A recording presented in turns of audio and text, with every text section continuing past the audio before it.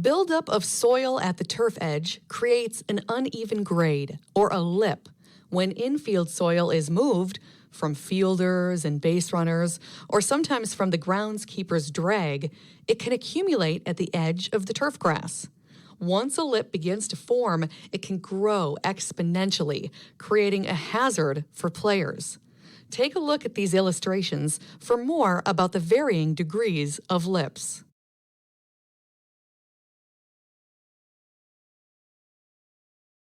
There are several consequences that arise from out-of-control lips. Players will have to contend with bad hops and sometimes even a tripping hazard when lips become bad enough. Field managers will see their infield's drainage become problematic. Dams will form from these lips and puddles will form, meaning longer delays before play can resume.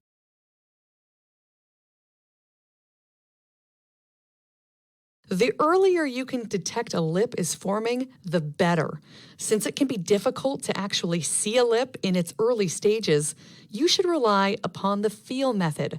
Wearing flat-soled shoes, like tennis shoes, stand with the front half of your foot on the infield skin and the back half on the turf grass. If there's no buildup, the transition will be smooth. If you can feel a ridge where the infield soil turns to grass, then a lip is forming and will need to be removed.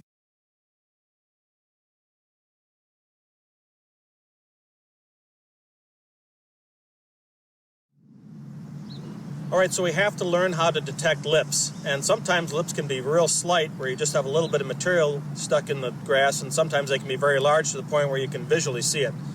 But more often than not, you're not going to be able to visually make out where those lips are. It's this little bit of material that's stuck in this grass like this that we have to make sure we get out. And in order to do that, we have to be able to detect it. So how do we do that? We use the feel method. Okay, so the feel method of checking for a lip is basically using your feet in the sense of touch to feel the difference in elevation under your foot.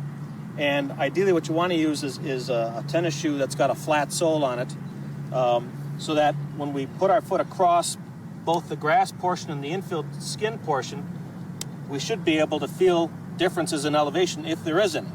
All right? If everything is fine, and we don't have any lip issues and the infield dirt is level and everything, then we should feel no difference in elevation from one end to the other. However, if I'm walking across here and I'm feeling just a little bit of a raised area right along this edge here, I'm going to feel that in the bottom sole of my feet. And that's going to tell me that there's a lip issue in that particular area. And as you move along, you might find some areas are going to have a lip and some areas won't have a lip.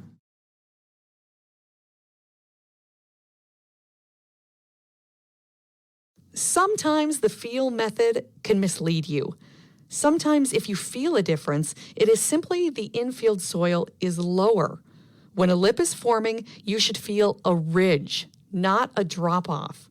If you feel a distinct drop-off, the infield near the grass edge is at a lower grade. Simply add some infield soil near the turf edge to bring it back up to grade.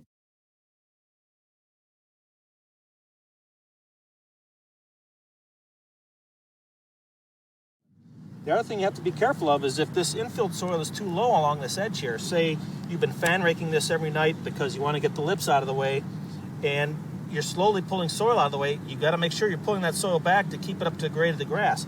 Otherwise, you start getting a low spot in here, and people get confused and they check their lips like this, and they'll think, well, I've got a lip in there because I can feel a difference in elevation from the dirt to the grass. Well, the problem is that the dirt's actually low in that situation, and they need to bring dirt back in. So make sure your elevation is correct on your soils, and then when you check, you should be able to tell if there's a problem here with the lip building up.